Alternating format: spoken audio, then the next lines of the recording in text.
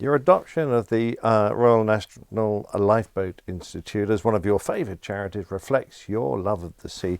Should any of our listeners want to contribute, and thanks for you giving your time to us today, how may they do so?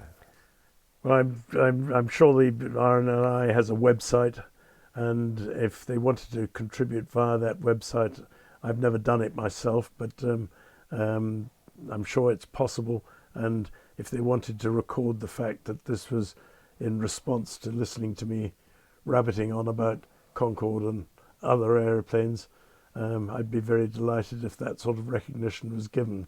It might just amuse you all to know why I do this for the RNLI.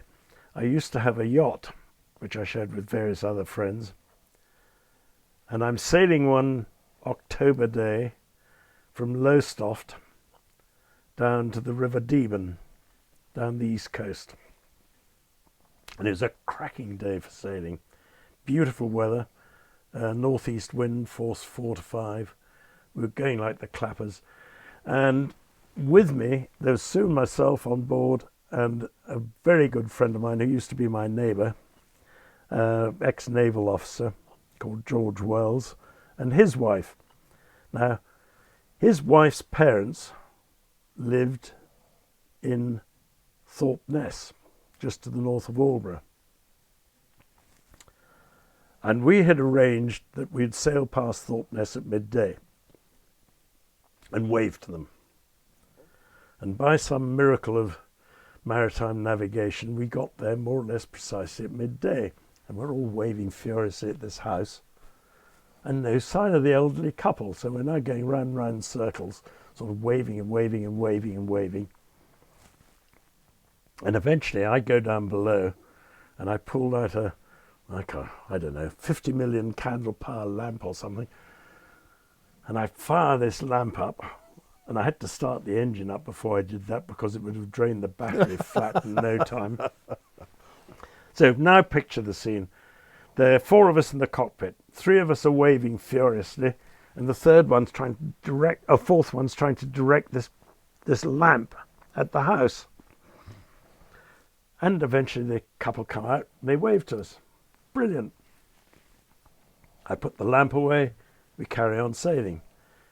The next thing, on Channel 16, yacht off Aldborough, this is Aldborough lifeboat, do you read? And as this radio call came through, we saw this maroon rocket going up. It was the bloody lifeboat being launched. So with a heavy, sinking heart, I picked up the handset and I said, Aldborough lifeboat, I'm a yacht off Aldborough, I'm reading you loud and clear, go ahead with your message. And they said, we've had reports of a yacht in distress off Thorpe Ness.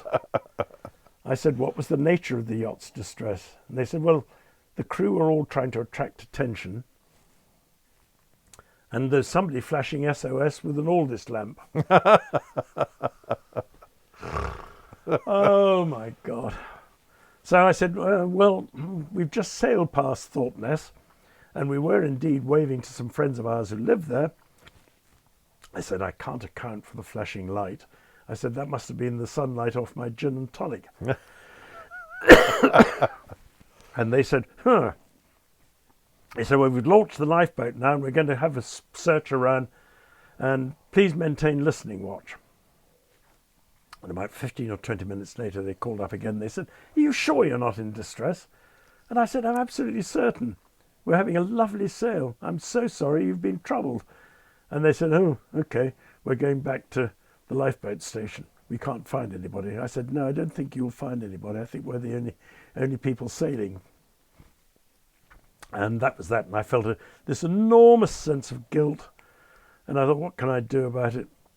And I thought, well, I tell you what, I'll do talks about Concorde and raise money for the lifeboats. Because you've been trying to make up for it ever since. And I've been making up for it ever since. Good for you. And I think I've just about repaid my debt. I hope so.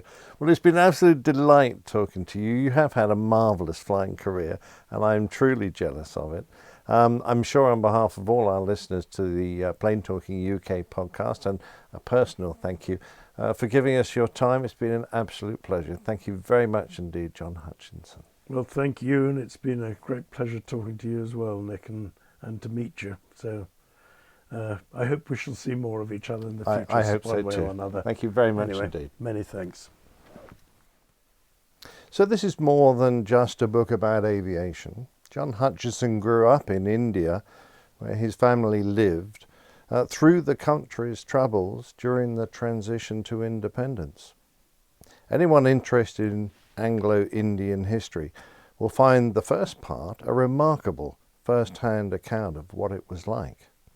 John's personal life of joyous success and family tragedy punctuates the book, and it gives a very intimate picture of his life, and he provides us with a very honest and touching look into his world. His extensive flying career stretched from the Harvard to Concorde and back again to his venerable Oster Aglet. It's a remarkable record of the path, not always smooth and straight, that he's taken through some of the most exciting times to exist in the short span of time that encompasses the world of aviation. His description of flying the wonderful aircraft that he has in his logbook are fascinating, and enough to satisfy an enthusiastic aviator without overwhelming a casual reader. By his own admission, he's lived a charmed life, but he's done so with grace and good humour. The wind beneath my wings makes a great read.